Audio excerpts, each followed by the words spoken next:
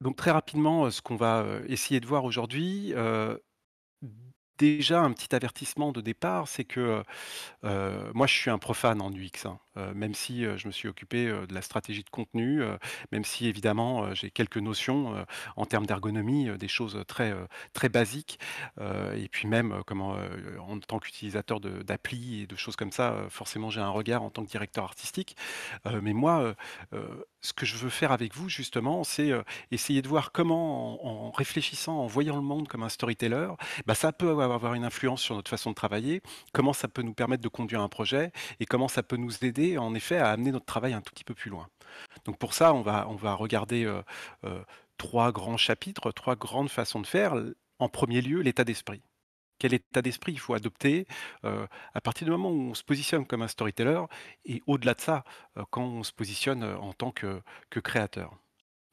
En deuxième lieu, ce que je vais essayer de vous montrer aussi, c'est de quoi est constituée une histoire. Vous allez voir que le principe même, c'est d'aller chercher, ce qui en fait l'anatomie et de voir comment on peut relier ça à notre pratique. Mais je vais approfondir ça un tout petit peu plus loin.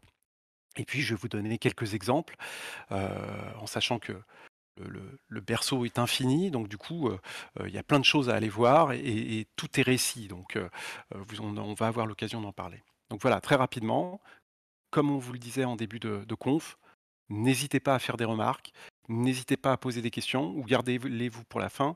On a largement le temps d'en parler, même si on est sur, un sujet qui est extrêmement vaste, heu, je répondrai à toutes les questions, auxquelles je pourrais répondre. Déjà, dans un premier temps, ce que je veux voir avec vous et ce que je veux vous montrer, c'est, quel est le pouvoir des histoires. Je vous ai dit que tout était récit il y a quelques secondes. En effet, quand un humain s'interroge sur la nature des histoires, c'est un peu comme si un poisson, s'interrogeait sur la nature de l'eau. Nous sommes tissés d'histoires, nous sommes entourés d'histoires. Et ça, ça date, d'il y a très longtemps. En l'occurrence, il y a 300 000 ans de ça, Homo sapiens cohabitait avec d'autres espèces humaines sur la planète Terre. Seulement, il y a eu un moment où Homo sapiens a pris le pouvoir sur les autres espèces. Alors il y a plein de raisons à ça. Aucun scientifique n'est d'accord là-dessus et en fait, c'est plus une somme de choses qui ont rendu cette prise de pouvoir possible que réellement un événement fondateur. La première raison, elle est d'ordre physiologique. C'est que Sapiens était plus endurant que les autres. Il était capable de marcher plus loin et plus longtemps. La deuxième raison est une raison, que j'adore, que j'ai apprise il y a pas très longtemps. Il se trouve que, heu, si Sapiens a réussi à prendre le pouvoir, c'est parce que le loup s'est laissé apprivoiser par Sapiens. Et du coup, ça lui a permis de chasser, des animaux beaucoup plus gros et de nourrir, beaucoup plus de monde. Et enfin, la troisième raison, que moi je mets en avant, même s'il y en a d'autres, elle nous intéresse en premier chef, c'est que Sapiens a été capable d'utiliser le langage différemment des autres espèces humaines. Il a dépassé le stade de l'alerte avec le langage. Et il a été capable de décrire des choses qu'il ne pouvait pas voir directement, de l'intangible. À partir de là, il a été en mesure, d'évoquer son passé, de pouvoir, imaginer son futur et du coup, rassembler le plus grand nombre, fédérer et créer, les conditions pour, des religions, des cultures et bouter les autres espèces humaines, hors de la planète. Donc ça, vous voyez, c'est, heu, une des démonstrations déjà que l'histoire, le récit, le fait d'être capable de raconter quelque chose sans forcément le voir directement, sans forcément pouvoir le toucher, ça fait quasiment partie de notre ADN et ça fait, quasiment partie de la façon dont on se constitue en tant que société. Une autre, démonstration du pouvoir des histoires, c'est que, Simone de Beauvoir disait: «On ne naît pas femme, on le devient». Rassurez-vous les filles, on ne naît pas homme, on le devient aussi. En fait, nous sommes tous des étiquettes narratives et nous sommes tous constitués d'étiquettes narratives. Le prénom que vos parents vous ont donné, le nom de famille dont vous avez hérité, était, en hommage à tel ou tel oncle, telle ou telle tante ou tel acteur de Beverly Hills, j'en sais rien. Mais en tous les cas, c'est en soi déjà une petite histoire. Et puis, notre nom de famille est une histoire. Si on s'appelle comme on s'appelle, c'est que nos ancêtres vivaient soit au bord de la mer, soit en haut d'une montagne, soit ils vivaient très, très vieux. Mais en tous les cas, c'est ce qui a fait que vous portez le nom que vous portez actuellement. Et puis ensuite, nous naissons dans une rue, dans un quartier, dans une ville, dans un pays. Tout ça, ce sont des étiquettes narratives aussi. Des petits paquets d'histoires qu'on se raconte et qu'on nous raconte et qui nous fédèrent. Au moment de la Troisième République, le gouvernement a décidé de mettre l'accent sur certaines personnalités dans l'histoire française. Alors on les connaît toutes et tous, hein. Il y a Charlemagne, il y a Clovis, il y a Jeanne d'Arc, il y a Napoléon, pour n'en citer que quelques-uns. Et toutes ces personnalités permettent justement de se dire qu'on appartient à une culture, à une forme de culture. Je lisais un livre il n'y a pas très longtemps, qui s'appelle Johann, qui a été écrit par un écrivain français qui s'appelle Graciano. Et en fait, dans ce bouquin, le premier chapitre est assez intéressant. Il raconte en fait l'enfance de Jeanne d'Arc et un moment où un colporteur arrive, chez les parents de Jeanne d'Arc. Et ce colporteur, le papa de Jeanne d'Arc l'accueille dans la maison, il s'assoit à la table de la grande fa de la famille, cette grande table qui s'appelle la manse. Et en fait, ce colporteur va commencer à raconter des histoires. Et son support pour raconter des histoires, son UX à lui, c'est des médailles qu'il porte, accrochées à sa cape. Et à chaque fois qu'il va raconter une histoire, il prend une médaille, il la tend aux enfants, et notamment à Jeanne d'Arc, et il raconte, par exemple, l'histoire de Saint Michel terrassant un dragon ou des choses comme ça. Tout ça pour vous dire que même au Moyen Âge, le storytelling était partout. Même au Moyen Âge, le récit était partout. À part qu'aujourd'hui, on vit, à l'heure de la dérégulation du marché de l'information. Donc les histoires, on les a dans notre poche. Les histoires, c'est souvent le premier truc qu'on lit le matin quand on se réveille et le dernier truc qu'on voit le soir quand on se couche. Donc rien n'a changé. L'être humain est toujours constitué d'histoires. C'est ce qui même lui permet de faire le lien les uns avec les autres. Mais ça s'est énormément accéléré et ça a pris une dimension assez incroyable. Et puis, enfin, je terminerai là-dessus, on est souvent effrayé par la cruauté des contes pour enfants. Heu, les contes pour enfants sont la quintessence du storytelling. Parce que même si nous, on est effrayés, il se trouve que nos enfants sont souvent rassurés par les contes pour enfants. Pourquoi? Parce qu'ils font la démonstration de ce qui peut leur arriver, en tous les cas, de ce qu'ils imaginent qui pourrait leur arriver et de leur plus grande peur. La peur de l'abandon, la peur de la perte, la peur de la mort. Les contes pour enfants font la démonstration que des personnages comme eux, des petits garçons, des petites filles, peuvent traverser des épreuves, qu'ils n'oseraient même pas imaginer et survivre. Donc, voilà, tout ça fait que nous sommes des histoires, que nous sommes tissés d'histoires. Donc maintenant, je vais vous parler, un peu plus précisément de storytelling parce que, tout le monde parle de storytelling, mais en fait, personne ne sait, de quoi il en retourne exactement. Le storytelling, au départ, c'est très simple. Un storyteller, c'est quelqu'un qui sait inventer et raconter une histoire. Un storyteller, c'est Homer, c'est Rabelais, c'est Steven Spielberg, c'est Christopher Nolan, c'est qui vous voulez, mais en tous les cas, c'est quelqu'un qui est capable de raconter un récit et de l'inventer. Rapporté à la communication et au design, le storytelling, c'est transmettre un message sous la forme d'un récit. Plutôt que de vous expliquer ce que fait mon appli, plutôt que de vous expliquer ce que fait mon service ou mon produit, je vais vous raconter une histoire qui va en faire la démonstration. Et ça, c'est un des premiers éléments fondamentaux pour vous, pour essayer de comprendre ce que c'est que le storytelling. Quand on vous raconte quelque chose qui va faire la démonstration d'un message essentiel, on fait du storytelling. Deuxième aspect du storytelling, qui est totalement complémentaire, qui est assez différent en même temps de celui qui est en rapport avec la technique, c'est tout ce qui est autour de la culture. Parce qu'aujourd'hui, quand on parle du storytelling d'Apple, quand on parle du storytelling de Lego, on parle de tous ces éléments référentiels, intangibles, qui sont transmis d'une génération à l'autre, que ça soit en interne ou en externe. Donc, comme je vous le disais, c'est des références, des dates, des personnalités, mais c'est aussi des usages, une façon de faire, une façon d'envisager le monde. Et ça, c'est ça qui crée le storytelling d'une marque aussi et d'une organisation.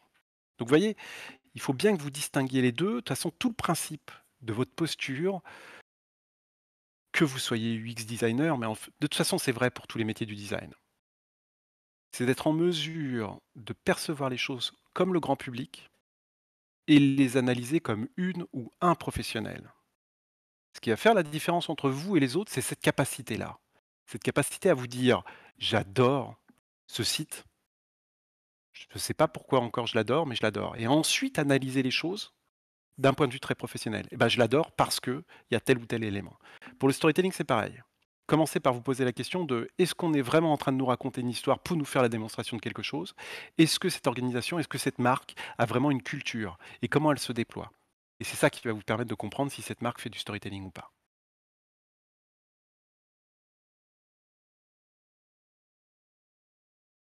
Là, ce que je vais vous dire, ça marche pour le storytelling, ça marche aussi pour le processus créatif. et particulièrement le design thinking, autre mot à la mode s'il en est. Quand vous commencez à faire des recherches sur internet, des choses comme ça, on peut vous faire croire, vous pourriez penser que pour faire du storytelling, il y a une recette, qu'il y a une méthode. C'est tout l'inverse. Faire du storytelling, ça ressemble un peu plus à ça. Il y a une écrivaine américaine qui s'appelle Anne Lamott qui dit que inventer et raconter une histoire, c'est aussi simple que d'essayer de donner un bain à un chaton. C'est extrêmement compliqué à faire et vous savez pas où est-ce que ça va vous mener. En gros, la réalité, la vérité de notre métier, et je me mets dedans, la vérité du design, c'est qu'il y a jamais de recette, il y a jamais de méthode. En revanche, c'est le projet en lui-même qui va vous indiquer quel processus il faut suivre. Et c'est votre capacité justement, quand vous abordez un nouveau projet, quand vous abordez un nouveau récit, de vous laisser porter par lui et d'essayer de voir quel chemin il vous indique et de le suivre, qui est une des clés de notre métier. Plutôt que d'essayer d'appliquer une recette toute faite, qui n'existe pas de fait. Parce que chaque projet est différent et vous êtes différent d'une journée à l'autre. Vous pouvez appliquer quelque chose qui va très bien fonctionner pour un projet et le lendemain, ça ne marchera absolument pas pour un autre. En revanche, vous pouvez vous appuyer sur 3 piliers qui sont à mon sens fondamentaux. Le premier pilier, c'est qu'un designer, un storyteller, c'est un anthropologue, c'est un ethnologue, c'est un sociologue, c'est un ethnologue, un éthologue, peut-être pas un proctologue, c'est vous qui voyez, mais en tous les cas, c'est quelqu'un qui observe le monde. Il faut que vous vous comportiez comme des petits extraterrestres qui viennent de débarquer et qui regardent les autres faire. Et de votre capacité d'observation va naître votre capacité d'analyse et surtout votre capacité à répondre aux besoins de votre client. Quand on est dans une démarche artistique, on est dans une démarche d'expression. C'est-à-dire que moi, si j'ai envie d'écrire un roman, si j'ai envie de peindre un tableau ou de faire un film, je vais avoir envie d'exprimer euh, une colère, une grande joie, une forme de nostalgie, j'en sais rien. En tout cas, ce qui compte au moment de la démarche artistique, c'est ce que je ressens moi et comment je veux le transmettre. Quand on fait du design, et quand on fait du storytelling, on fait du design, je pense que vous l'aurez compris, on est dans une démarche d'empathie. Mais ça, je pense que vos enseignants vous le disent déjà. Donc, une démarche d'empathie, c'est quoi? C'est adopter, apprivoiser le point de vue des autres, se faire aux bonnes raisons des autres, et du coup s'intéresser à ce qui les chiffonne, à ce qui les fait avancer, et à ce que vous pouvez régler à travers votre design. Ce qui est vrai pour vous, pour votre métier, est vrai aussi pour le storytelling. Quand on raconte une histoire, on ne raconte jamais son histoire à soi. On raconte l'histoire qui va être utile à son public. Deuxième pilier sur lequel vous pouvez vous appuyer, c'est votre imagination. Votre imagination, on en est toutes et tous également dotés. L'imagination, pour moi, à mon sens, c'est une capacité de projection. Quand j'étais directeur artistique, qu'on me briefait sur une nouvelle formule, que ce soit sur un site ou sur un magazine, en fonction du contenu qu'il fallait publier, en fonction du public qui était adressé, en fonction du support, j'avais déjà une vague idée de ce à quoi ça allait ressembler. En gros, faire du storytelling, mais faire du design, c'est devenir des experts de votre intuition, de savoir exactement comment la déployer, comment l'enrichir et comment la travailler pour que ça devienne un muscle, cette intuition créative. Et enfin, en dernier lieu, l'une des grandes qualités d'un storyteller, et encore une fois, vous aurez compris, je fais le lien aussi avec votre métier, c'est la ténacité. Vous n'avez pas besoin de confiance en vous pour avancer. Bah si, on a tous besoin de confiance en nous pour avancer, évidemment. Mais on ne peut pas compter sur la confiance en soi. Là, actuellement, j'ai à peu près confiance en moi, mais il suffit d'un rien. Il suffit que j'ai une pensée intrusive qui me fasse euh, d'évaluer ce que je suis en train de vous dire, ou un regard, ou quelqu'un qui va froncer les sourcils, et je vais perdre la confiance que j'ai en moi pendant quelques instants. Du coup, si j'ai bâti mon discours, si j'ai bâti ma façon de faire là-dessus, bah, je suis un peu dans la mouise. Alors que je suis convaincu, et c'est là-dessus que je m'appuie à chacune de mes interventions, qu'il vaut mieux être tenace en fait. Il vaut mieux être têtu.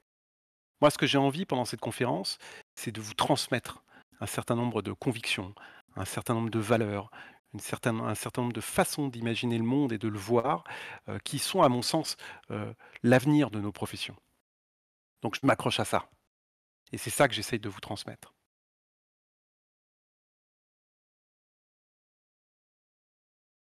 Du coup, ça nous amène à réfléchir, à ce qui nous fait avancer et vous le savez, aussi bien que moi, notre plus grande malédiction, mais c'est aussi notre plus grande force en tant que sapiens, c'est que nous sommes en quête perpétuelle de sens. En fait, on cherche une raison à tout, hein. Les horoscopes ont encore de beaux jours devant eux et puis, les sites complotistes aussi. C'est-à-dire qu'on ne peut pas s'empêcher, en tant qu'être humain, à rechercher des signes et à essayer de les relier les uns avec les autres. Et en fait, c'est comme si on vivait perpétuellement, dans une enquête.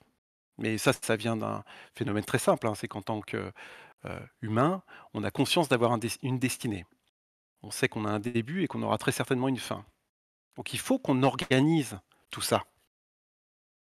Il y a un philosophe qui s'appelle Paul Ricoeur qui disait, «À partir du moment où le temps, est organisé d'une façon narrative, le temps devient temps humain». Donc à partir du moment où vous commencez à raconter quelque chose, vous devenez des maîtres du temps et du coup vous devenez des maîtres du sens aussi. Alors je ne sais pas si vous le savez, normalement je pose la question quand on est en présentiel, heu, nous avons 3 cerveaux. Notre premier cerveau, tout le monde le connaît, heu, c'est l'organe cérébral central, jacobin, c'est celui qui contient le plus de neurones dans notre organisme. Le deuxième cerveau que nous avons, on commence un tout petit peu plus à en entendre parler, ce sont les intestins. Il y a autant de neurones dans les intestins que dans le cerveau d'un chat ou d'un chien. Et enfin, notre troisième cerveau, et lui, il est un peu moins connu. Notre troisième cerveau, c'est le cœur. Il y a autant de neurones dans le cœur que dans le cerveau d'un rongeur. Et en travaillant avec les chefs cuisiniers, en essayant de voir comment justement, ils imaginaient leurs recettes, comment ils travaillaient leurs plats, je me suis aperçu d'un truc. Je me suis aperçu que pour qu'une expérience soit mémorable, mais que ça soit une recette de cuisine, un tableau, un film, pourquoi pas une visite sur un site internet ou une campagne de pub, il faut qu'elle fasse résonner les 3 cerveaux en même temps. Il faut qu'elle raconte une histoire, qu'elle fasse appel à notre raison, ça c'était un premier élément. Il faut qu'elle soit magnifique, facile à naviguer, douce à entendre, à sentir, agréable à goûter. En tous les cas, il faut que ça fasse appel à nos 5 sens, à notre corps et enfin, il faut que ça fasse résonner le cœur aussi. Il faut que ça provoque une émotion. Alors l'émotion en storytelling et puis en communication, en design, en tout ce que vous voulez, c'est une tarte à la crème, hein. En gros, il existe 5 émotions, on les a vues dans Vice versa de Pixar, hein. C'est, la joie, la colère, la peur, le dégoût et la tristesse. Donc allez-y pour construire une campagne de pub ou faire un site internet qui fait appel à une de ces émotions. Moi, j'y crois pas trop. En revanche, essayez de faire naître un sentiment, ça c'est quelque chose qui est à notre portée. Un sentiment de gratitude, un sentiment de fierté, un sentiment de reconnaissance. Et ça, nous, en tant que designers, on peut le faire, en prenant en compte le besoin de notre public. Et c'est la même chose en storytelling. Donc quelques petits préceptes un peu pour, adopter ce point de vue-là et choisir ce mode de vie. Si tant est qu'on puisse le choisir et que ça soit pas lui qui nous choisisse en fait. En premier lieu, il faut être en mesure de dire «oui». Alors, c'est pas un «oui», de développement, personnel, c'est un «oui» de théâtre d'improvisation. En gros, si je monte sur scène avec Morgane et que je lui dis: «Moi je suis médecin urgentiste sur la planète Mars» et qu'on fait une pièce de théâtre d'improvisation et qu'elle me répond: «Bah non, c'est impossible», bah, on peut tous les 2 descendre dans le public. En revanche, si Morgane me dit: «Ah bon, c'est marrant ça, mais du coup, tu soignes les extraterrestres ou les astronautes?» Là, on commence à construire quelque chose. Ce que j'entends par ce «oui», c'est que il n'existe aucune créativité sans contrainte. Le guitariste Jimi Hendrix disait: «Mon style, c'est mes limites. Vous n'aurez jamais assez de temps, jamais assez d'argent, jamais les bons clients, jamais le bon public face à vous. Construisez à partir de là». La contrainte, c'est notre plus grande force en tant que designer. C'est là-dessus qu'on peut bâtir l'histoire qu'on veut raconter. Donc je donne l'exemple de Jacques Lucéran. Jacques Lucéran, c'était un écrivain, un philosophe, un enseignant, qui est mort maintenant. Lucéran a perdu la vue, à l'âge de 8 ans dans une salle de classe. Il y a un gentil camarade de classe qui l'a poussé contre le bureau de la maîtresse et du coup il s'est éborgné. Et en fait Lucéran, il a vécu, quelques mois de dépression assez profonde et puis il a, eu une espèce d'insight. En fait, il a eu une espèce de révélation où il s'est dit qu'il allait arrêter d'essayer de regarder le monde comme il le voyait avant, en fait, comme un être humain normal. Et plutôt que de se tourner vers l'extérieur, il allait se tourner vers l'intérieur et écouter ses sensations, justement. À tel point que Lucéran, c'est devenu une espèce de Daredevil des années 40. Il était capable, quand il se promenait avec ses potes en montagne, de savoir quel temps il allait faire, sur quel versant ils étaient. Il n'était jamais perdu en forêt. Au moment de la Seconde Guerre mondiale, il était au lycée, il s'est retrouvé à la tête d'un des plus grands réseaux de résistance parisiens, qui éditait un journal clandestin qui s'appelle Le Tigre. En fait, Lucéran, on le mettait tout seul dans une pièce, avec les impétrants, avec ceux qui voulaient intégrer le réseau, et il était capable, simplement au son de la voix, à la déglutition, à la sudation, de dire si la personne qu'il avait en face de lui était fiable ou pas. Contrainte maximum, résultat maximum, adaptation maximum. La créativité, c'est de l'adaptation. C'est comment je suis en relation avec le monde extérieur et comment je parviens justement à m'adapter en fonction de ça. Donc ça, c'est une des premières clés. La deuxième clé, et elle est propre au storytelling, mais aussi au processus créatif en général, il faut être disponible. Pourquoi? Parce que la créativité, c'est pas une occupation en fait. La création, c'est une préoccupation. Quand vous êtes dans un projet, que ça soit une nouvelle interface, que ça soit une nouvelle appli, que ça soit un nouveau site, que ça soit un nouveau magazine, un livre, une méthode ou quelque chose comme ça, heu, tout ce que vous allez rencontrer peut vous servir. Que ça soit, quand vous faites la queue au supermarché, que ça soit, quand vous êtes chez votre boulangère, que ça soit quand vous êtes au téléphone avec un service après-vente, tout ce que vous rencontrez va vous servir et peut nourrir votre façon de faire. Donc évidemment, si on parle de storytelling plutôt que du X, votre force justement, c'est de vous rendre disponible au récit qui vous entoure et qui vous constitue aussi.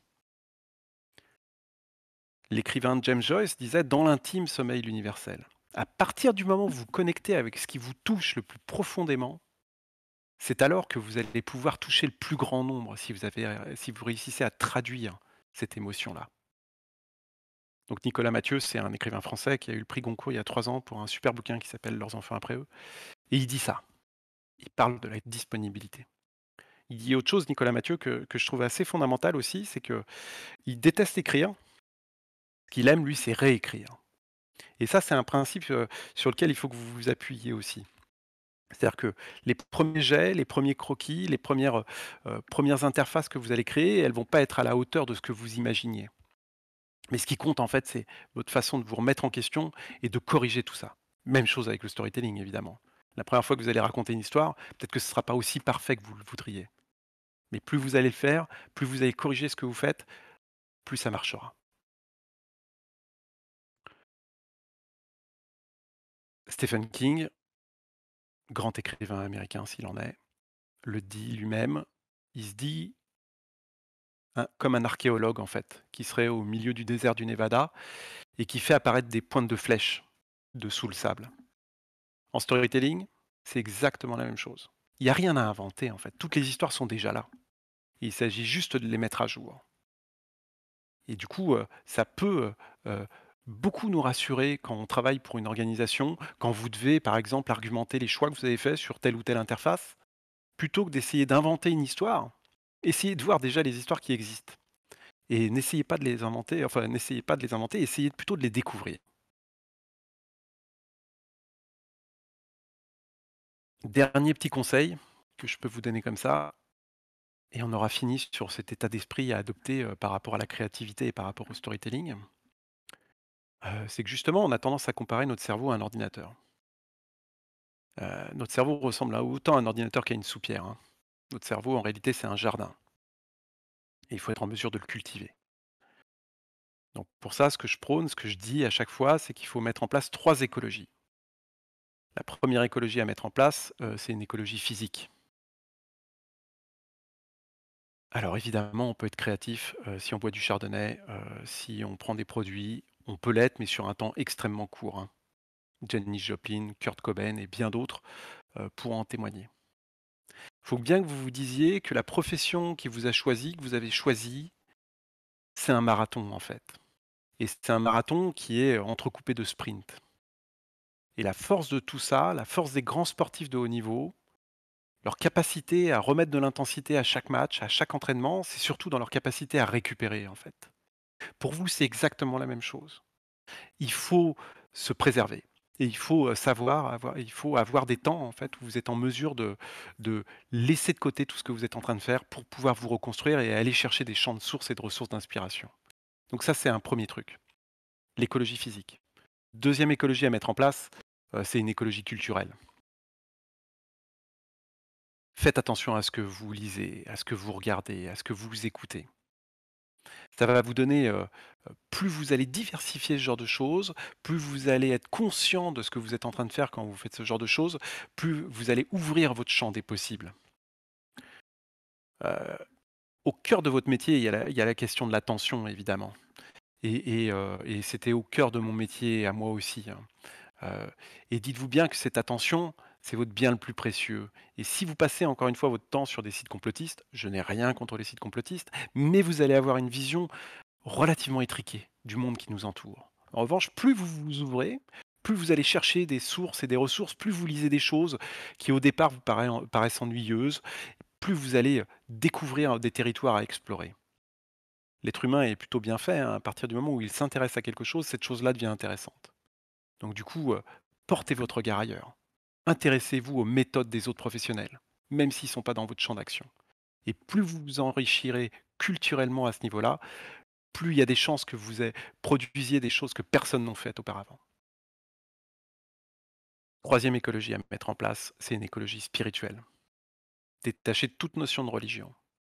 Ce que j'entends par écologie spirituelle, c'est surtout le sens que vous donnez à tout ce que vous êtes en train de faire là, au sens que vous allez donner à votre activité, à votre place dans la société, à ce que vous voulez faire au sein de telle ou telle entreprise ou pour tel ou tel client.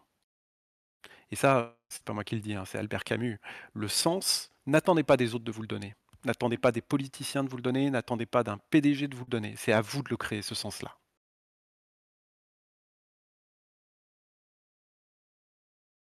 Donc j'enchaîne là maintenant. Heu, on a vu, on a vu quel était l'état d'esprit à adopter par rapport à tout ça. Heu, c'est une espèce d'écologie à mettre en place, au quotidien.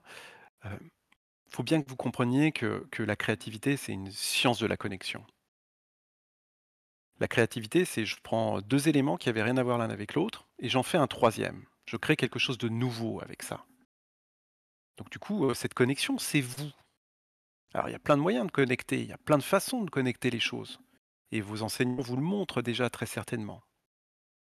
Moi, ce que je vous montre, c'est que avec les éléments que je vais vous donner qui font partie de l'anatomie d'une histoire, vous pouvez, mais c'est pas sûr que vous puissiez à chaque fois, les connecter avec des éléments de votre job, de votre boulot, de votre façon d'adresser, vos projets.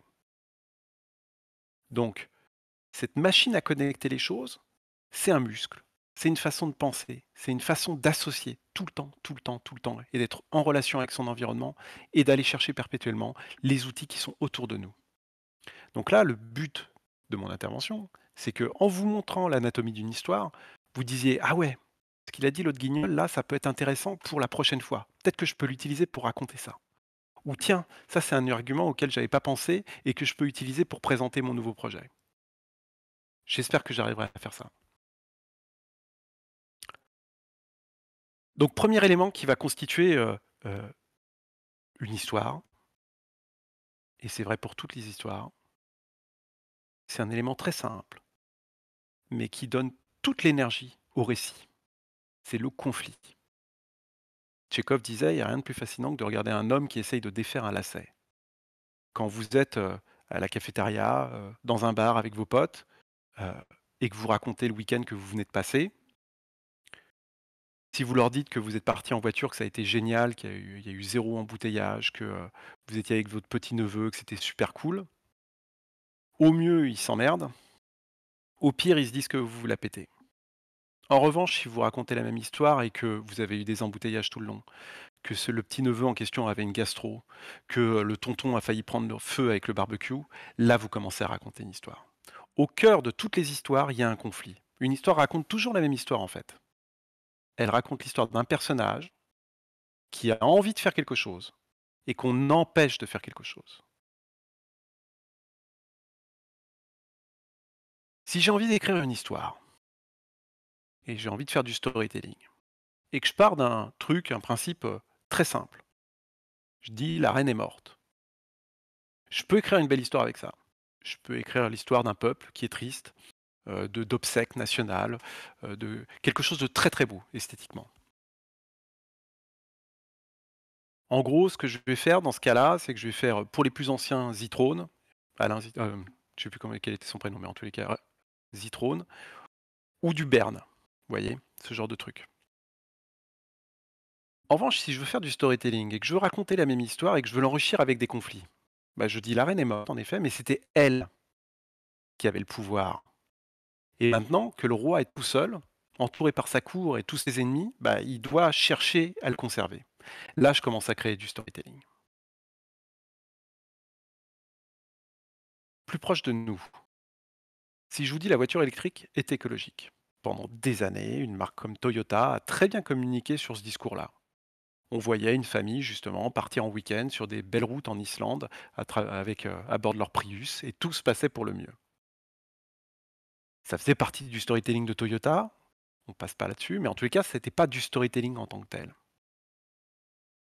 En revanche, si je vous dis la voiture électrique, oui, elle est écologique, même si ça reste à discuter, hein, les amis, hein. Mais elle est destinée à ceux qui savent, à ceux qui veulent sauver le monde, parce qu'ils sont en avance sur leur temps.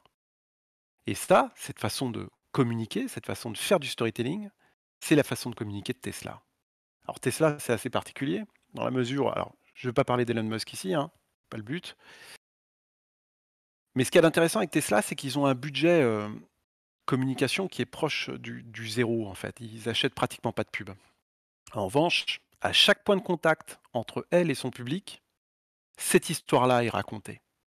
Quand les gens commandent un véhicule sur le site, quand ils suivent justement Elon Musk sur Twitter, ils entendent ça. C'est l'histoire qu'il leur est racontée à chaque fois et ça, ils font du storytelling avec ça. Tesla, c'est très fort, hein, c'est enfin très fort d'un point de vue marketing, hein. Heu, Musk, il veut pas, révolutionner, la voiture électrique avec Tesla. Il veut révolutionner la voiture traditionnelle et donc du coup, il se désigne un adversaire avec une mission la plus haute possible et ça, c'est très schizophrène de la part de toutes les entreprises de la Silicon Valley, parce qu'elles veulent toutes sauver le monde et en même temps, elles le polluent, hein, avec, les data centers, avec, tous ces trucs-là qui ont une empreinte, carbone qui est absolument, déplorable. En tous les cas, regardez bien ça. Regardez bien comment, heu, en vous intéressant justement au conflit, en vous intéressant à ce qui ne va pas, vous allez trouver des réponses à votre projet et vous allez surtout trouver des réponses à l'histoire que vous voulez raconter. Donc pour ça, il y a plein de points de départ possibles, hein. Le premier d'entre eux, surtout, c'est de trouver les choses avec lesquelles votre public se débat. Ça, c'est le premier truc. C'est la première question que vous devez vous poser quand on vous briefe sur tel ou tel projet et quand on vous demande de présenter tel ou tel projet. Et puis ensuite, vous pouvez aller surfer sur les idées reçues, sur les vérités qui dérangent, sur des doutes que vous avez, ou alors mettre en scène des situations de changement. Et tout ça, c'est des points d'appui pour vous, pour raconter une histoire et pour trouver un conflit.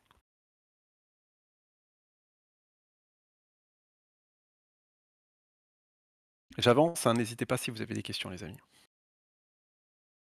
Deuxième élément qui va constituer votre storytelling, c'est le thème. Sachez que tout flatteur vit aux dépens de celui qui l'écoute. Les fables de La Fontaine, telles qu'elles sont constituées, sont la quintessence du storytelling. Ce sont des petites histoires qui font la démonstration d'une morale. Et ça, c'est quelque chose que je vous invite à faire dans votre pratique. C'est un outil extrêmement puissant que j'utilisais tout le temps quand je faisais des nouvelles formules. C'est-à-dire que je basais mes démonstrations à chaque fois quand je présentais quelque chose à la direction ou quand je le présentais à des lecteurs sur un message que je voulais transmettre en fait. C'est-à-dire à chaque fois je disais ma nouvelle formule fait la démonstration de telle ou telle chose. Et ça, je vous invite à le noter avant de préparer votre présentation quand vous allez argumenter vos choix créatifs, mais également quand vous êtes en train d'élaborer votre projet. Et de vous dire, OK, quand le type ou la nana en question aura fini de surfer sur cette appli ou aura fini de surfer sur ce site, quelle information je veux qu'il lui reste à propos de mon client, à propos de mon projet. Un exemple que je peux vous donner, qui est assez intéressant, c'est celui de Lego, par exemple. Donc Lego, c'est un peu comme Tesla, un budget pub, proche de zéro. Pendant des années, Lego, ils ne communiquaient qu'au moment de Noël et au moment de Pâques. La stratégie de Lego, c'est une stratégie de contenu. Elle est basée sur l'achat de licences intelligents, sur, les séries qu'ils mettent en ligne sur les plateformes de streaming, sur les films, qui mettent souvent en scène d'ailleurs la même morale, qui mettent souvent en scène la même démonstration. Et là, avec cette campagne, c'était pour Lego Indonésie, ce que fait, la marque, de ce jeu de construction, c'est de nous dire et de nous dire surtout aux parents d'ailleurs, plus qu'aux enfants, que Lego, c'est un peu comme l'école Montessori, du jeu en fait. Que grâce à Lego, nos enfants vont pouvoir, déployer leur créativité et devenir, des professionnels ou en tous les cas, des gens épanouis dans leur futur. Posez-vous cette question-là. Quand vous allez sur un site, quand vous surfez sur une appli, posez-vous la question du message essentiel à chaque fois. Et surtout, posez-vous la question du message essentiel pour vous. C'est le meilleur moyen de raconter une histoire. On est dans des métiers de la relation, hein, on est dans des métiers de la communication. La communication, c'est de la mise en commun. Donc intéressez-vous à votre public, transmettez-lui une information, rendez-lui service.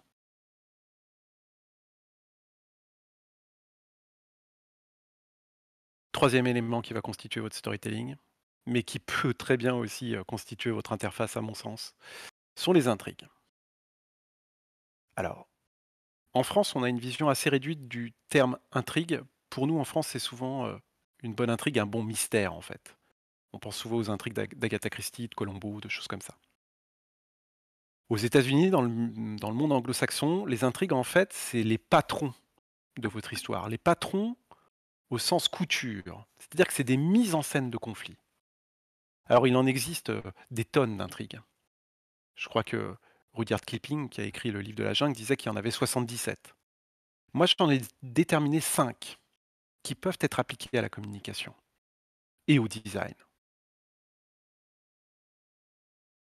Le premier style d'intrigue sur lequel vous pouvez vous appuyer, c'est les intrigues où il s'agit d'aller terrasser un dragon. Alors, c'est intéressant quand on a une intrigue d'essayer de voir à quel film, à quel roman, à quelle série, à quel manga ça peut correspondre. Le dragon, typiquement, alors moi je commence à être assez âgé, donc je vais vous donner des références de vieux. Star Wars, épisode 4, heu, pas les 3 premiers, mais en tous les cas pas les préquels, mais l'épisode 4, c'est un terrasser le dragon. Avec un dragon très facile à déterminer qui est, l'étoile de la mort, cette espèce de planète artificielle qui est capable de détruire d'autres planètes. D'autres films où il s'agit d'aller terrasser un dragon, c'est Kill Bill, par exemple. Comme son titre l'indique, il s'agit d'aller tuer Bill. Donc il y a toujours un aperçu des pouvoirs du méchant, et si le méchant est vraiment très, très méchant, il y a des chances que votre héros soit vraiment un super héros. Donc du coup, dans Kill Bill, Bill est vraiment un autre du personnage. Heu, L'étoile de la mort de Star Wars détruit en effet une autre planète. On voit, Darth Vader qui est capable aussi de torturer les propres membres de son comex. Donc, c'est quelque chose où on se rend compte en fait du pouvoir du mal. Dès que vous vous emparez d'une cause, dès que, vous voulez aller, éradiquer tel ou tel mot de notre société, vous pouvez, raconter ça sous la forme d'une intrigue de dragon. Dans les intrigues de dragon, il y a aussi toujours des phases d'entraînement, où votre personnage principal va apprendre à faire des choses. Quand vous êtes en train de vous présenter, quand vous présentez un nouveau projet, vous pouvez, à travers le test and learn, à travers, l'apprentissage via un mentor, essayer de montrer que justement vous avez voulu, terrasser un dragon d'une manière ou d'une autre et que vous vous êtes entraîné pour ça. Donc ça, c'est la première intrigue sur laquelle on peut s'appuyer pour raconter une histoire. La deuxième intrigue, c'est les intrigues de quête, comme dans, Le Seigneur des Anneaux ou comme dans Il faut sauver le soldat Ryan. Donc les intrigues de quête, sont toujours à peu près constituées de la même manière. Ce qu'il y a d'intéressant, c'est que dans les intrigues de quête, il y a toujours une première fausse arrivée. Et ça, quand vous êtes en recherche d'innovation, quand vous cherchez une réponse pour tel ou tel client, vous pouvez le raconter, vous pouvez le mettre en scène, d'une manière ou d'une autre. Dans Le Seigneur des Anneaux, par exemple, je ne sais pas si vous vous souvenez, la communauté de l'anneau s'arrête chez les elfes. Parce qu'ils pensent que les elfes vont prendre l'anneau et aller, l'emmener dans le Mordor. Alors que les elfes, non, ils veulent pas en fait. C'est un peu les Suisses de la Terre du Milieu, ils veulent pas s'impliquer dans les affaires humaines. Donc ils laissent les autres se débrouiller. Donc Intrigue de dragon, intrigue de quête. Dans les quêtes, vous avez les enquêtes, vous avez les conquêtes. Tout ça, ce sont des intrigues de quête. Ensuite, les intrigues de renaissance. Une intrigue de renaissance, c'est une intrigue de transformation. En gros, pour faire simple, si je dois vous citer un film, avec une intrigue de renaissance, le plus simple pour moi, c'est, Cars, le premier Cars de Pixar avec Flash McQueen. Flash McQueen est un personnage, odieux au début du film, un petit jeune rookie qui est super talentueux, qui n'écoute personne, qui veut pas bosser en équipe et en fait, il va se retrouver prisonnier dans un petit village qui s'appelle Radiator Springs au milieu du désert et avec ça, il va faire l'apprentissage de l'amitié, il va faire l'apprentissage de l'humilité et il va devenir un meilleur coureur, grâce à ça. Toutes les histoires racontent des histoires de renaissance, quelles qu'elles soient. Votre personnage, il est dans un état A au début et il va finir dans un état B à la fin de votre histoire. Donc à chaque fois que vous racontez quelque chose, vous racontez un parcours, vous racontez une transformation. Ensuite, les intrigues de voyage. Donc là, Robinson Crusoe, évidemment, enfin toutes ces alors il y a 2 styles d'intrigues de voyage. Il y a les voyages où vous êtes catapulté dans un pays ou sur une île déserte, un endroit que vous ne connaissez pas et que vous découvrez, d'une façon extrêmement candide.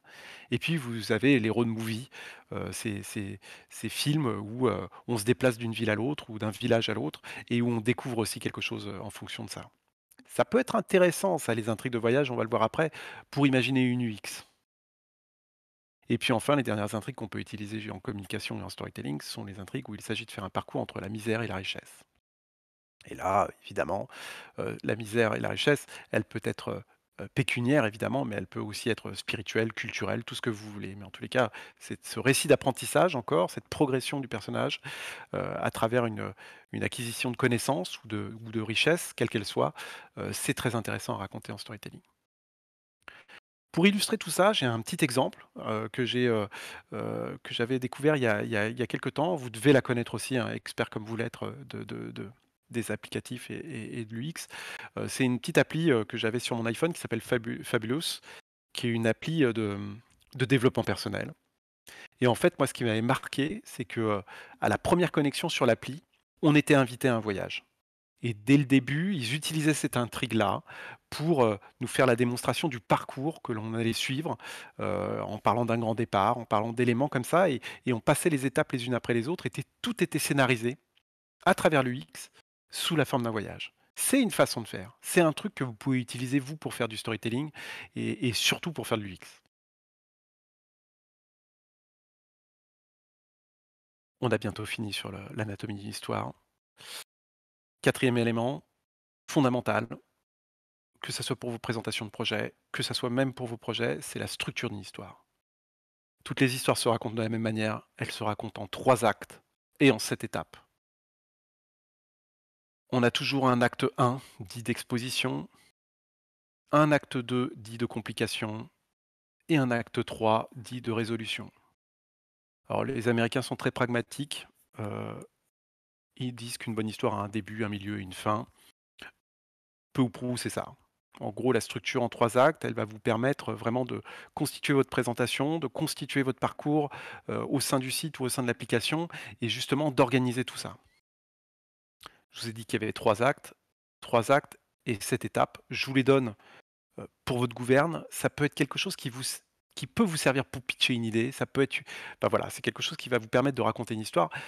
Cette structure en 7 étapes, elle est, on est câblé avec. Donc, il était une fois, chaque jour, mais un jour, à cause de ça, à cause de ça, mais je n'ai pas bu à midi,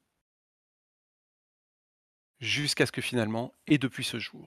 En gros, vous plantez un décor. Vous expliquez que le monde, il fonctionne de telle manière, que quotidiennement, les choses se passent de cette manière-là. Et puis, vous faites intervenir un élément déclencheur, une pandémie, heu, un nouveau concurrent, une réforme, quelque chose qui va changer la donne. Et du coup, vous expliquez quelles sont les conséquences de cet élément déclencheur. Vous dites ce que ça a entraîné comme cause. Et après, vous arrivez avec votre solution. Vous dites, bah, du coup, on a proposé ça. Du coup, il y a ça qui a été créé. Du coup, il y a ça qui s'est passé. Du coup, j'ai vu le monde de cette manière-là. Et depuis ce jour, on a mis ça en place. Cette façon de structurer les choses peut vous aider justement à poser les bases, à poser le premier brouillon de votre UX ou à poser le brouillon de votre présentation. Et c'est un outil extrêmement puissant. Parce qu'après, il reste plus qu'à colorier selon les numéros et de remplir, en fait, les trous, manquants de votre histoire. Le génie, s'il en est, c'est de réinventer cette structure-là, évidemment. Un type comme Christopher Nolan, avec un de ses premiers films qui s'appelle Memento, il révolutionne cette façon de raconter une histoire et il commence son film par la fin, par le «Depuis ce jour». Pixar, chaque film de Pixar est raconté de cette façon-là, à part que chaque étape est réinventée à chaque fois et est poussée à l'extrême. Pour vous aussi, le but du jeu, c'est que vous utilisiez cette structure-là, mais que vous en fassiez disparaître les coutures et que vous essayiez de voir justement comment vous pouvez intégrer votre projet dans cette structure-là sans que ça se voie, sans que ça se sente. Je vous donne un exemple que j'aime particulièrement bien. Questlove, c'est un batteur, un musicien et un DJ, qui fait partie d'un grand groupe de rap américain des années 90 qui s'appelle The Roots. Et en fait, j'ai vu une de ses masterclass qui est absolument géniale où il explique comment imaginer son set en tant que DJ et en fait, ce qu'il fait, c'est qu'il l'imagine, exactement comme je viens de vous le dire. En gros, ce qu'il fait, c'est que le premier morceau qu'il va poser, pendant son set, c'est un morceau qui va lui permettre de comprendre à quel public il a affaire en face de lui. Donc il va mettre un truc qui est suffisamment pointu, mais en même temps suffisamment dansant pour voir comment les gens réagissent et s'il a des connaisseurs en face de lui ou s'il a des profanes et voir ensuite comment il va pouvoir, construire son set et ensuite il monte comme ça au fur et à mesure donc ça suit une forme d'arche narrative avec des morceaux de plus en plus, forts, de plus en plus dansants jusqu'à ce moment, qu'on appelle dans les séries le climax. C'est-à-dire ce moment où tout semble, se suspendre, hein, dans l'histoire, où le héros doit faire un choix absolu pour aller au bout de son désir et ça, c'est un peu le point clé dans son set. Ça peut être le point clé aussi dans votre navigation et dans votre parcours pour votre utilisateur. Et puis ensuite, les choses retombent beaucoup plus tranquillement et il laisse redescendre l'ambiance, au sein dans son set. Regardez comment les gens font, quel que soit leur métier. Regardez comment sont constitués les menus, dans les grands restaurants. Regardez, comment sont imaginés, justement les films ou pourquoi pas un manga ou pourquoi pas une série. Voyez comment c'est fait autour de ces 3 actes et comment, l'action est menée. Posez-vous la question aussi sur les applis que vous utilisez, notamment la première fois où vous vous connectez ou sur les parcours, d'achat sur tel ou tel site et regardez à quel point ça suit cette structure-là. C'est super intéressant, c'est un outil très puissant pour vous. Dernier élément qui va constituer votre storytelling évidemment, ce sont les personnages. Déjà bien comprendre que ça peut vous servir pour vous, quand vous racontez une histoire, quand vous pitchez, pour une mission, quand vous, présentez un projet et que vous avez besoin de parler de vous ou de quelqu'un ou de donner quelqu'un un persona, par exemple, en exemple, pour démontrer telle ou telle chose. Un personnage, il a 3 dimensions. Il a une dimension physique, il a une dimension psychologique et il a une dimension culturelle.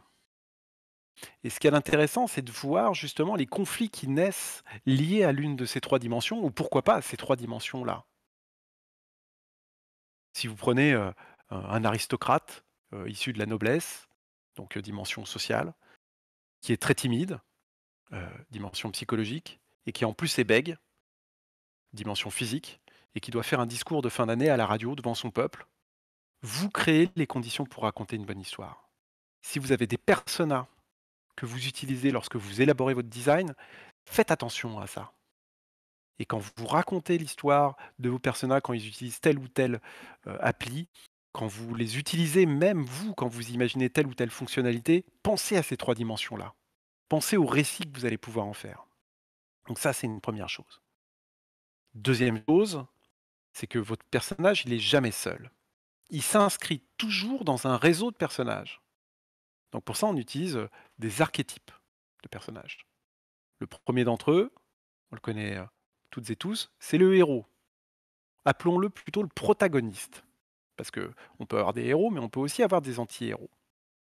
Ça, c'est ce personnage-là, c'est, c'est votre, c'est lui qui va animer toute l'histoire et en fait, si vous m'avez bien suivi au début, je vous l'ai dit, ce qui va caractériser le héros, c'est son désir, en fait. C'est son envie de faire quelque chose Et pour ça, vous pouvez prendre n'importe quoi. Je vous ai parlé d'une voiture qui parle, ça peut être un dinosaure, ça peut être cette trousse qui a qu'une envie, c'est de devenir un sac à main. À partir du moment où vous dites que cette trousse a envie de devenir un sac à main, vous lui donnez un désir et vous pouvez commencer à lui raconter son histoire. Pour vous, c'est la même chose. Je vais la faire courte, mais en gros, faire du storytelling et encore une fois, je fais le parallèle avec l'UX. Un storyteller, c'est un maître du temps, on l'a vu avec la structure. C'est un maître du désir et vous allez voir, plus vous allez vous intéresser à votre public, plus vous allez comprendre ce qui l'anime, plus vous allez savoir lui répondre. Donc, maître du temps, maître du désir et surtout, maître de la contrariété. Parce que face à ce désir-là, s'il n'y a pas d'obstacle, il n'y a pas d'histoire. Et donc, si vous avez un protagoniste, il vous faut un antagoniste. Ça, c'est le service minimum d'une histoire. Votre antagoniste, ça peut être évidemment Dark Vador, mais ça peut être aussi le déluge, ça peut être la pollution, ça peut être l'infobésité, ça peut être ce que vous voulez en fait, ça peut être un concept. Dans Into the Wild, par exemple, encore une référence de vieux, je pense, mais en tous les cas, dans Into the Wild, au début, le héros, son adversaire, c'est la société. Et il veut s'en extraire. Et puis, plus le film va se dérouler, plus son adversaire va non plus être la société, mais la nature elle-même. Et particulièrement les plantes vertes. Donc, posez-vous bien ces questions-là, ça va vous aider à raconter la bonne histoire. Troisième figure archétypale, l'allié. Quelqu'un qui va aider, un partenaire. Ça peut être une entreprise qui vous aide, ça peut être un de vos collègues, ça peut être un autre camarade de classe, ça peut être tout ce que vous voulez qui va vous permettre de construire les choses. Ça peut être un événement extérieur aussi. Un mentor, un enseignant, un papa, une maman, Obi-Wan Kenobi, Yoda, Pei Mei, peu importe, mais quelqu'un qui vous enseigne les choses. Un faux adversaire. On pensait que la pandémie allait nous empêcher de faire telle ou telle chose. Au contraire, ça nous a permis de développer telle ou telle façon de faire. C'est un faux adversaire. Et puis enfin, dernière figure archétypale de notre réseau de personnages. On est de culture judéo-chrétienne, donc si on n'a pas un traître à un moment ou un autre, l'histoire forcément a moins de sel. Quand Red Bull a lancé son opération il y a quelques années de ça, mince, je me souviens plus comment ça s'appelait, mais où il y avait cet Autrichien qui se jetait du haut de la stratosphère. Sur leur site internet, ils avaient mis en place le réseau de personnages. On avait notre héros, on avait l'adversaire qui était symbolique, on avait des mentors, on avait des alliés, on avait des faux alliés. Tout ça a été mis en scène par Red Bull sur le site en lui-même. C'est des choses qu'on peut mettre en scène, nous aussi, dans nos métiers du design, d'une manière ou d'une autre. Et puis, évidemment, c'est des choses que vous pouvez mettre en scène, vous, dans votre parcours et dans ce qui vous a conduit sur le chemin que vous suivez actuellement. Donc pour finir et pour parler encore un peu de storytelling, et juste parler un tout petit peu, de ce qui, à mon sens, pourrait être une direction, du nouveau storytelling. Alors moi j'ai grandi, dans les années, à la fin des années 80, à Paris, et en fait ce qui se trouve il se trouve qu'à Paris, à la fin des années 80 a débarqué, le mouvement hip-hop, qui m'a complètement renversé. C'est-à-dire que c'est grâce à ça que je me suis mis à dessiner. Via le graphe et le tag, c'est là où j'ai découvert, un mouvement musical avec une énergie incroyable, voilà. Et il s'avère que, au cœur du hip-hop, il y a cette capacité à faire histoire, à faire récit et à justement à s'adapter perpétuellement à son environnement. Il y a des années de ça, le hip-hop a lancé les mixtapes, les choses qu'on pouvait acheter dans la rue. Aujourd'hui, le hip-hop s'empare évidemment du numérique, du digital et sa façon de faire est hyper inspirante dans les métiers du design, de la communication et de la relation. Alors, 3 exemples pour ça. Le premier d'entre eux, c'est Travis Scott. Travis Scott, c'est un très grand rappeur, qui est originaire du Texas. Déjà dans sa façon de faire, dans sa façon d'écrire, il va chercher des éléments de son enfance, il raconte son histoire personnelle, un peu comme tous les, rappeurs, hein, vous me direz. Mais Travis Scott, c'est au-delà de ça, c'est un phénomène. C'est-à-dire qu'il a son propre studio de création, il fait des collaborations évidemment avec Jordan, avec Nike. Ça a été un des premiers à avoir fait des concerts, sur Fortnite.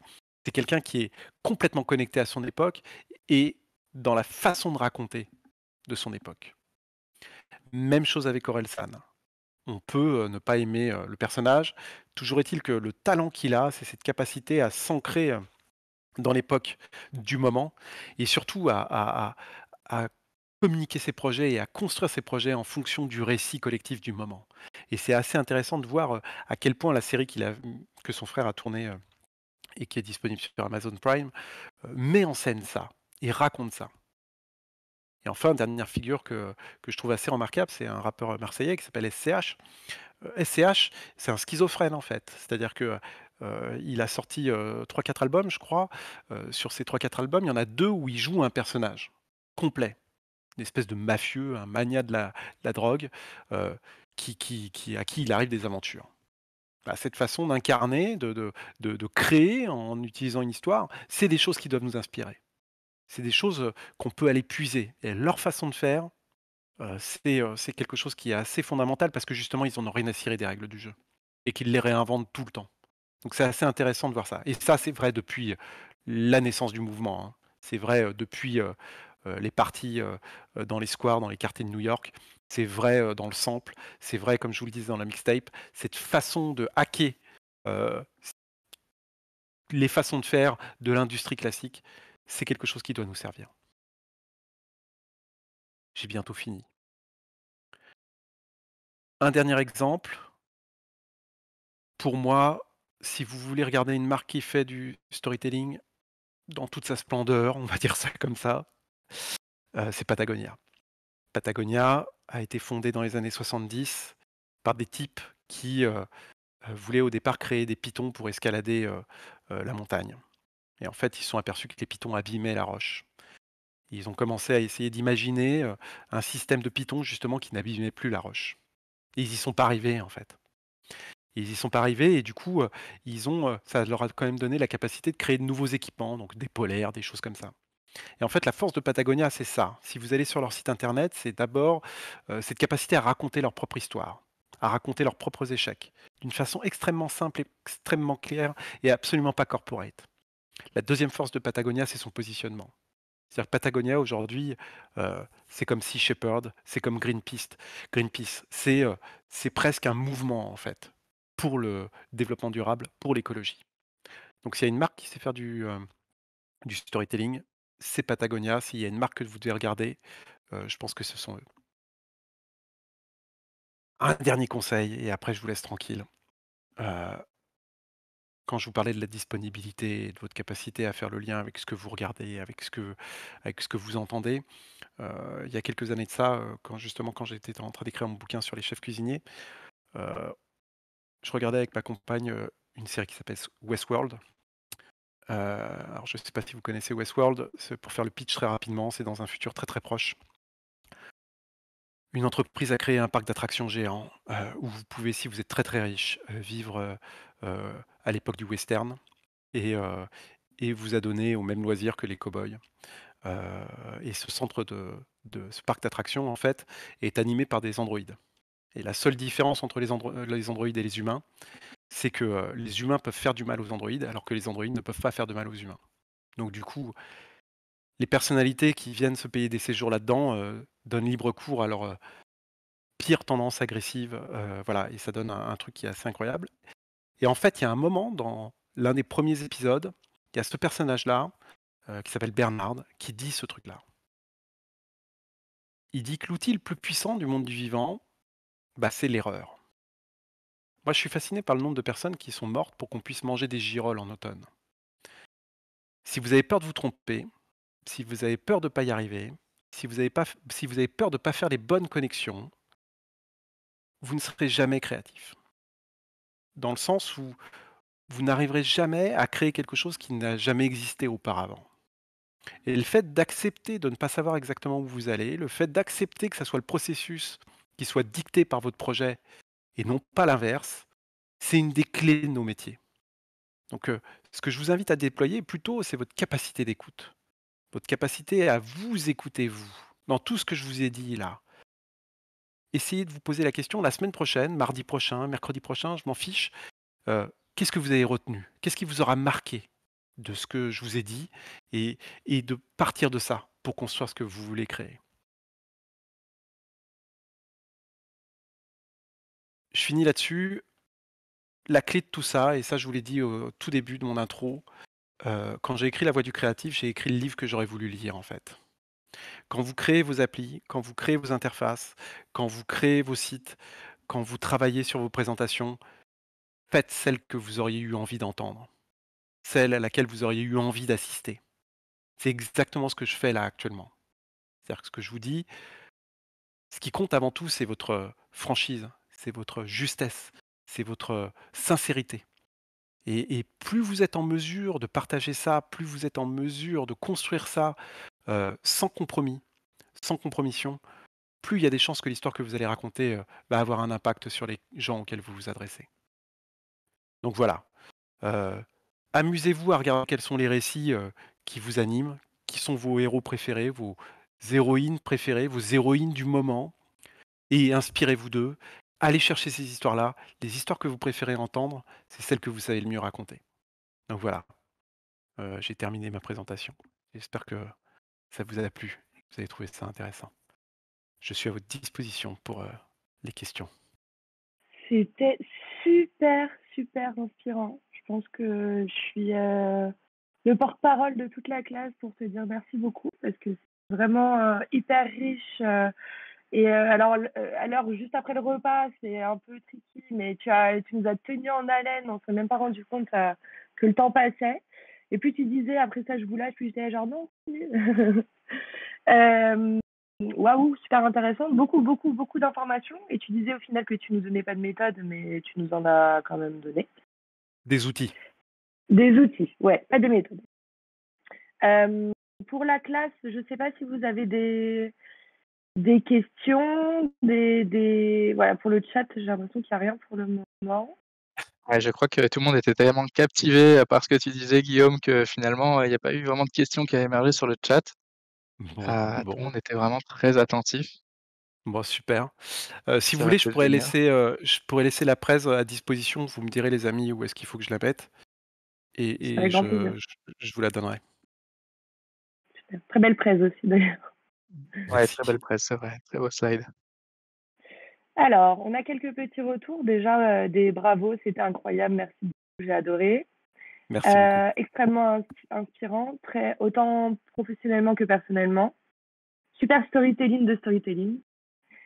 Est-ce que tu as d'autres exemples d'histoires qui ne suivent pas les schémas classiques, mais qui pourraient quand même fonctionner? En fait, la clé de tout ça, c'est qu'il faut bien que vous vous rendiez compte que oui, vous pouvez essayer d'appliquer à la lettre, par exemple les 3 actes, que vous pouvez essayer de faire les 7 étapes, mais des fois, il s'agit juste de raconter un seul acte, en fait. Quand vous devez pitcher, hem, votre parcours ou des je vais vous raconter une histoire. Il y a des années de ça, on est parti un samedi matin avec, mon père et mon frère. Mon frère s'appelle Mathieu, pour nous acheter ma première paire de lunettes et sa première paire de lunettes à lui aussi. On arrive chez l'opticien, je choisis ma monture, sans aucun problème, ça dure quelques secondes. Et puis vient le tour de Mathieu, vient le tour de mon frère. Et là, ça met plus de temps en fait. Ça met plus de temps parce que mon frère hésite, mais surtout parce que l'opticien est pas très bon. C'est lui aussi qui hésite et qui arrive pas à trouver des modèles qui pourraient lui plaire. Et là, tout à coup, mon père s'est énervé. C'était la première fois que je voyais mon père s'énerver comme ça contre quelqu'un d'autre que quelqu'un de la famille. Et il a dit: «Mathieu, c'est un artiste et il doit avoir de belles lunettes». Et à partir de ce moment-là, en fait, j'ai été marqué au fer rouge. À partir de ce moment-là, je me suis dit: «Un artiste? Mais c'est quoi un artiste, en fait?» Et Mathieu, c'est un artiste, moi je suis pas un artiste. Mais qu'est-ce que ça fait un artiste exactement? Et je peux vous dire que au moment où j'ai été nommé directeur artistique, en effet, j'ai eu des petits problèmes que j'ai réglés avec mon psychanalyste à l'époque, mais en tous les cas, ça n'a pas été si simple que ça. Ce que je vous fais là, je vous raconte une histoire, donc je vous fais du storytelling, je vous fais la démonstration, je vous explique, je vous fais la démonstration de pourquoi je suis là en ce moment en train de vous parler, là. Mais je fais que l'acte 1 en fait. Je raconte pas, ça reprend même pas la structure du «Il était une fois», peu ou prou, ça reprend «Il était une fois». On peut trouver un début, un milieu, une fin, comme disent les ricains, mais c'est pas, vraiment une histoire en tant que telle. Regardez comment ils font, regardez le nombre de fois où les séries commencent au milieu. Regardez Breaking Bad, par exemple. Breaking Bad commence toujours de la même manière, c'est toujours la même structure. Un épisode de Breaking Bad, il y a un teaser au début qui se retrouve soit au milieu, en fait, ils prennent un extrait du milieu de l'épisode, soit du milieu d'un épisode qui va avoir lieu dans 3 saisons. Enfin, je dis n'importe quoi, mais qui va arriver plus tard. Et on a ce moment-là, je me souviens à un moment, il y a un teaser qui revient assez régulièrement dans Breaking Bad où on voit une piscine avec des billets qui brûlent. Bah, ce truc-là, la réponse de ce truc-là, on l'a juste, genre 6 mois après, quoi. Pour vous, c'est exactement la même chose. La structure, elle existe, mais elle existe pour être cassée en 1000 morceaux, en fait. Donc oui, heu, il y a quelque chose de très pavlovien, hein, de très, conditionné. C'est-à-dire que si je vous dis: «Je vais vous raconter une histoire», ou si je vous dis: «Il était une fois», en général, les gens, ils se mettent en posture, comme un peu c'est les clébards qui se mettent sur le dos pour qu'on leur caresse le ventre, quoi. C'est-à-dire qu'on se met tout de suite en posture pour écouter une histoire, justement. Et ensuite, libre à vous d'en faire ce que vous voulez. Ce qui compte, c'est que vous sachiez comment ça se passe et que vous naviguez dedans. J'ai pas vraiment répondu à la question, mais voilà, c'est du mieux que je puisse le faire. J'ai pas j'ai Ouais, pas d'autre c'était solution. merci. Dis-moi Guillaume, est-ce que tu aurais une anecdote, une histoire à nous raconter d'un d'une réussite ou d'un échec d'ailleurs que toi tu as vécu dans une présentation vis-à-vis d'un client quand tu devais justement défendre, finalement, ton bout de gras et ton travail et peut-être, tu as utilisé ou pas le storytelling et Ah, c'est une, grosse question parce que je c'est pas évident de répondre à ça. Parce que j'ai pas envie de dire que mes présentations se passent toujours bien, c'est pas vrai. Heu, j'ai fait, heu, j'ai fait une présentation alors je réponds pas à ta question, mais je suis un spécialiste, hein. Tu viens avec tes questions, moi je viens avec mes réponses. Hem, j'ai fait une présentation, il y a 3 semaines de ça, chez un grand assureur où je devais exactement pas celle-ci, hein, mais où je devais parler du storytelling justement. Et il s'avère que j'ai merdé, enfin que j'ai merdé. En tous les cas, que le début de ma présentation, j'étais pas aussi à l'aise. J'ai sans doute été, un peu pris par l'enjeu. En plus, je suis pas intervenu tout de suite, donc il y avait eu d'autres présentations avant. Donc dans ce cas-là, on cogite toujours un peu plus. On hésite sur la première phrase qui va nous lancer, enfin voilà, des choses comme ça. Et en fait, il s'avère que j'ai commencé par raconter mon histoire avec Jeanne d'Arc, là, ce que je vous ai raconté à propos du bouquin, avec le colporteur qui vient chez Jeanne d'Arc. Et je me suis un peu perdu. Et et et et ce qu'il y a d'intéressant, il y a plusieurs choses qui sont intéressantes là-dedans. La première chose, c'est que, j'ai vite repris le fil, en fait. Et j'ai vite repris le fil, avec, des phrases clés que j'ai l'habitude d'utiliser. Et ça, j'invite, tous les élèves à le faire et vous-même à le faire. C'est-à-dire qu'il y a des choses que je répète tout le temps, en fait, hein. Les personnes qui vivent avec moi doivent pas supporter quand elles m'entendent faire des conférences comme ça parce que, en gros, je répète il y a plein j'ai une structure qui est basée sur des phrases sur lesquelles je m'appuie, en fait, qui sont très rassurantes. Donc ça vient de la répétition. Plus vous aurez des phrases clés comme ça qui vont vous positionner, qui vont expliquer pourquoi vous faites les choses, plus ça va être facile pour vous, de retrouver le fil, hein, des choses. est-ce que tu as un La exemple 2e chose alors un truc que je vous ai pas dit, tiens, un truc sur lequel je m'appuie à chaque fois, je dis souvent qu'un storyteller, c'est comme un sale gosse dans la cour de récré qui cherche la bagarre. Cette phrase-là, elle est toute con, mais quand je suis perdu dans une présentation, quand je la dis, ça me rassure beaucoup, en fait. Parce que du coup, ça me permet de réasseoir mon discours, ça me permet de me ralentir, de cultiver un peu plus ce silence et je sais qu'elle va avoir un impact cette phrase-là. Donc du coup, je m'appuie là-dessus. Et justement, par rapport à tout ça et par rapport aux sensations particulièrement, heu, lors de la prise de parole en public, justement quand on doit argumenter ses choix créatifs, ce qu'il faut que bien que vous compreniez tous et toutes, c'est que tout ça, c'est une affaire de sensations. Et que, là, avant d'intervenir, j'avais peur, pour vous. Avant d'intervenir chez l'assureur, j'avais peur. J'ai tout le temps peur, en fait, hein. Et que j'intervienne devant, 200 personnes ou devant 3 personnes, j'ai peur. À part que j'essaye pas de dompter ma peur. Je l'ai apprivoisée, en fait, cette peur. Je sais qu'elle est là. Elle est posée à côté de moi et que, ça tombe bien, en fait. Ça tombe bien qu'il y ait cette peur-là parce que ça veut dire que oui, je suis en posture de présenter quelque chose et que je suis en posture de présenter quelque chose, qui me tient à cœur. Et l'une des clés de tout ça, notamment par rapport à ma prestation d'il y a 3 semaines, c'est que, plutôt que la difficulté, c'est qu'au début, justement, j'ai voulu éradiquer ma peur. et j'ai voulu, ne plus la ressentir, alors que c'est impossible, en fait. Et plus vous allez vous dire que vous voulez plus la ressentir, plus vous allez la ressentir. En revanche, la reconnaître pour ce qu'elle est, vous dire: «Elle est là et c'est pas grave». Voilà, ça fait partie du jeu. Donc, voilà, j'ai un exemple comme ça, trouvez des phrases clés, apprenez-les par cœur, mais apprenez-les par cœur, pour les apprendre par cœur, il faut les reformuler tout le temps, il faut tout le temps il faut en gros, il faut qu'en tant que designer, vous vous bâtissiez des convictions. Il faut que vous ayez, dans votre besace, 3-4 punchlines, j'en reviens encore au hip-hop, sur lesquelles vous pouvez vous appuyer sur, je sais pas, la lisibilité, sur la navigation, sur la fluidité, sur l'attention, sur tout ce que vous voulez, sur vos fondamentaux et appuyez-vous dessus pour construire votre discours.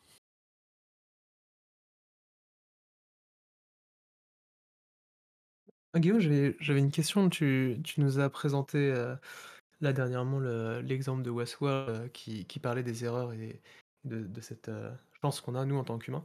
En UX design, c'est quelque chose qui est prépondérant à notre, travail parce qu'en fait, on a un métier qui est très assez bizarre parce qu'on a une vue très holistique en fait de notre métier. On sait à peu près où on va aller, on sait pas trop, comment ça va finir, mais globalement, on reboucle les choses, du mieux qu'on peut et du moins, on les reboucle en faisant quelque chose qui nous est très propre, qui s'appelle l'itération. Et toi, Oui, tu en as parlé, au début, tu as plutôt parlé de aimer réécrire et c'est très fort parce que c'est vraiment, ce qui nous donne, enfin, c'est notre essence, quoi, pour avancer en tant que designer. C'est aimer revenir et savoir pourquoi on refait les choses. On a quelque chose qui est assez différent de ta pratique et du storytelling. Enfin, peut-être pas, remarque, peut-être que je juge, ça de manière un peu forte, mais on veut se rattacher à la science, en fait, pour avoir un parti pris, qui est très exhaustif et qui, permet de nous rassurer et en même temps de raccrocher à nos utilisateurs. Et pour mmh, ça, on a un outillage qui est extrêmement puissant, qui se tourne autour de tout ce qui est le test, pour, voilà, aller challenger les choses. Hem, Toi, dans ta pratique, quand tu arrives avec donc un storytelling qui va évoluer, maturer, se réécrire, c'est quoi tes, tes manières d'aborder cette phase de réécriture ou cette phase de test? alors, j'entends tout ce que tu me dis en plus, bah, alors, en gros, moi, quand j'étais journaliste, quand j'étais directeur artistique, dans la presse, j'avais des outils assez proches des vôtres, en fait. Enfin, absolument pas aussi élaborés, hein, bien sûr, mais on faisait énormément appel à des tables rondes lecteurs, on travaillait énormément sur ce genre de choses. Donc du coup, ça, c'est déjà une habitude que j'ai. C'est-à-dire que, heu au cœur de ça, au cœur de ma pratique, il y a l'écoute, en fait, et ma capacité à essayer de voir les signaux faibles. Alors moi, je parle beaucoup en public, hein, donc du coup, c'est plus simple pour moi de me connecter à la salle et puis de regarder comment ils réagissent en 1er lieu, heu et du coup, j'essaye tout le temps de, heu en gros, pour répondre à ta question très rapidement, j'ai pas d'outils scientifiques pour ça. En communication, un bon storytelling, c'est un storytelling qui fait vendre, hein. C'est un storytelling qui va permettre de générer du trafic, de créer, de l'image de marque, qui va permettre de créer de l'engagement. Donc, voilà, c'est très simple, hein. Si notre histoire a réussi, c'est qu'elle a généré, des leads, qu'elle a permis de créer, voilà, ce qui de la valeur, que ça soit de la valeur d'audience ou que ça soit de la valeur pécuniaire, on s'en fout, mais en tous les cas, ça, c'est un signe. Moi, personnellement, heu L les dizaines de présentations que j'ai pu faire de projets, enfin les centaines même, heu, en gros, ce que j'ai développé, c'est un sixième sens, enfin, un truc, sur l'écoute, comme je disais, les signaux faibles. Je suis pas sûr d'être en mesure de répondre à ta question, j'espère que je l'ai fait un petit peu, mais voilà, c'est faire attention à ça. Hem, Comme je vous le dis depuis le début, heu, un métier de la communication et quand vous faites de l'UX, hein, vous faites de la communication, je suis désolé de vous l'apprendre, vous êtes dans un métier de la relation. Et du coup, par définition, la relation, c'est, heu, faire attention à l'autre évidemment. Alors ça fait très tarte à la crème, mais voilà, comment je m'adapte, comment je prends en compte, comment je lis l'autre. Au-delà, des chiffres qu'on me donne, au-delà des ch donc ce que je perçois moi. Et il faut faire confiance à ça. Et ça, ce sens-là, c'est ce que je te disais, c'est transformer en fait, enfin réagir comme le grand public et analyser comme un professionnel. Plus vous le ferez, plus vous le ferez pour les autres. Donc vous prenez un site que vous adorez ou un site que vous détestez. Prenez des sites que vous détestez ou des applis que vous détestez et posez-vous la question du pourquoi vous les détestez. Et construisez votre discours par rapport à ça. Et vous allez commencer à vous construire une espèce de sonar, un radar, pour ensuite être en mesure d'analyser les réactions et de comprendre ce qui fonctionne ou ce qui ne fonctionne pas. Je ne sais pas si j'ai répondu à ta question, Pierre, mais bon, j'ai fait du mieux que Mmh. je pouvais. C'est Ouais. absolument pas aussi scientifique que toi, ça c'est certain. Et enfin, ce qui est génial dans cette approche et ça reboucle avec ce que tu avais dit, bien entendu, au début de ta conférence, c'est, nous enfin, on a comment dire? On a des grands débats, en tant que designer sur l'intuition parce que c'est tout ça, ça peut se résumer dans l'intuition et j'ai beaucoup aimé l'hygiène de vie dont tu parlais avec les différentes, phases, d'écologie, écologie physique, culturelle et spirituelle bon voilà, ça reboucle vraiment très bien avec ce que tu viens de dire, à partir du moment où on est une personne, avec un regard, très transverse et on a voilà un peu tous nos chakras qui sont ouverts pour faire des ponts entre des choses qui ne se font pas Exactement. naturellement, il y a moyen qu'il y ait des bonnes choses qui ressortent. Mais c'est très difficile d'aborder ça je pense potentiellement pour des étudiants qui nous écoutent et bon, en tout cas, n'hésitez pas, hein, si vous avez des questions par rapport à ça, c'est Il faut bien se dire, mais ça a toujours été vrai ça, c'est qu'on est à des métiers de jonction, de croisement en fait.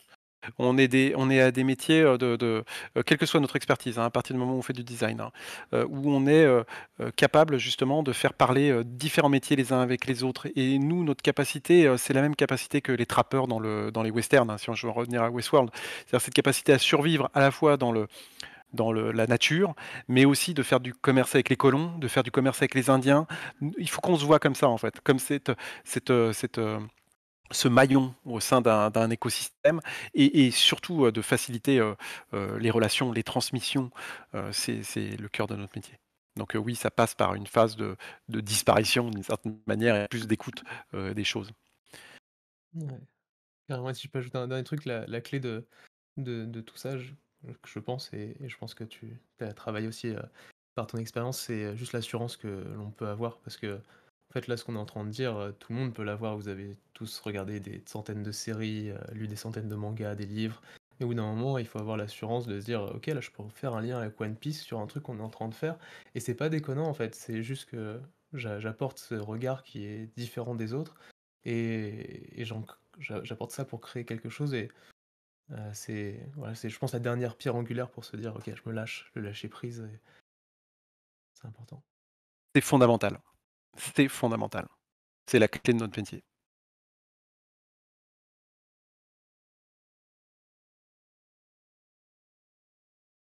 Merci beaucoup, c'est super intéressant, tout ça. Moi, ce que je trouve vraiment super, Guillaume, dans ta présentation et ta posture, c'est qu'on perçoit, vraiment une sensibilité, dans ce que tu nous racontes.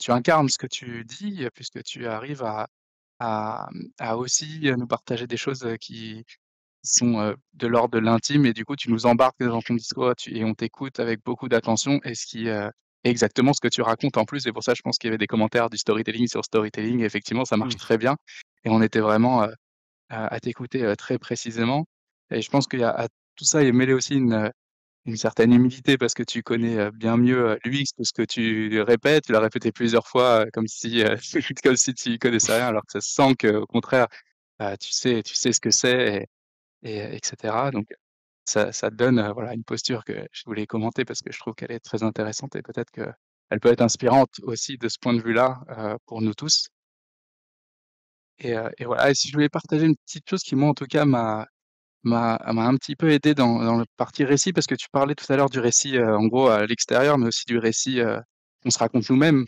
le sens qu'on arrive à trouver dans ce qui nous arrive et justement le lien, sans doute cette sensibilité que tu as est aussi liée à ça, cette capacité à aller essayer de mettre du sens à ce qui nous arrive et du coup, après s'en servir pour raconter des histoires qui captivent vraiment et voilà, moi je trouve que c'est, il y a peu d'occasions dans la vie où on peut, se raconter, longuement et du coup, réussir à mettre des briques, d'une histoire, les unes après les autres pour, trouver du sens à ce qui nous arrive et cetera et voilà, moi je sais que par exemple, j'ai ressenti ça beaucoup en allant, tu citais tout à l'heure, psychanalyste, moi c'est pas un psychanalyste mais, en allant voir, bon après je prêche à mon église, hein, moi je suis psychologue de formation, un psychologue social.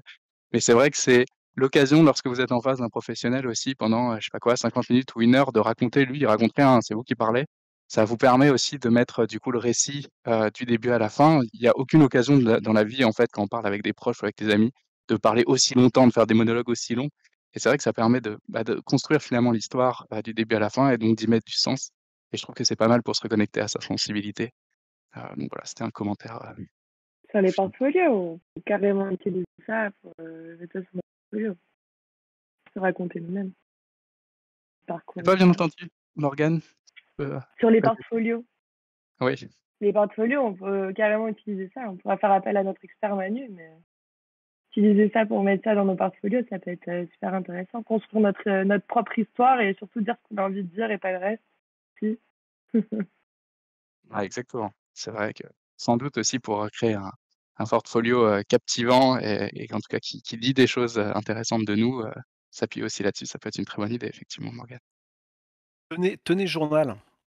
Tenez un journal. Alors pas un journal, comme dans, Autant n'emporte le vent, hein, c'est pas la peine on n'est pas obligé, il y a plein de formes de enfin on peut le faire, hein, un journal intime peut être de plein de formes différentes. Ça peut être, 1 site par jour, sur un vous faites une capture d'écran ou un truc comme ça peut être, enfin voilà, mais essayez de tenir journal et essayez de noter aussi des impressions, des choses comme ça. Vous devez devenir des experts de vos sensations aussi, donc et de vos sentiments, donc Heu, plus vous vous habituez, la ch quand on écrit, en fait, ça permet de vraiment de formaliser ses concepts. C'est-à-dire que, heu, ça sert à rien il y a un poète qui disait: «Je ne pense pas, je note». C'est-à-dire que commencez par noter les choses et ça va vous permettre de les formaliser ensuite et ça peut aider. Donc, oui, ça peut aider pour ton portfolio, ça peut aider pour plein de choses, c'est le portfolio, tu peux tout à fait l'imaginer en 3 actes, tu peux imaginer, tu peux même commencer par la fin et tu vois? Et après remonter le fil au fur et à mesure, essayer de vraiment raconter une histoire à partir de là. Ça peut être super intéressant, il y a vraiment plein de choses à faire par rapport à ça.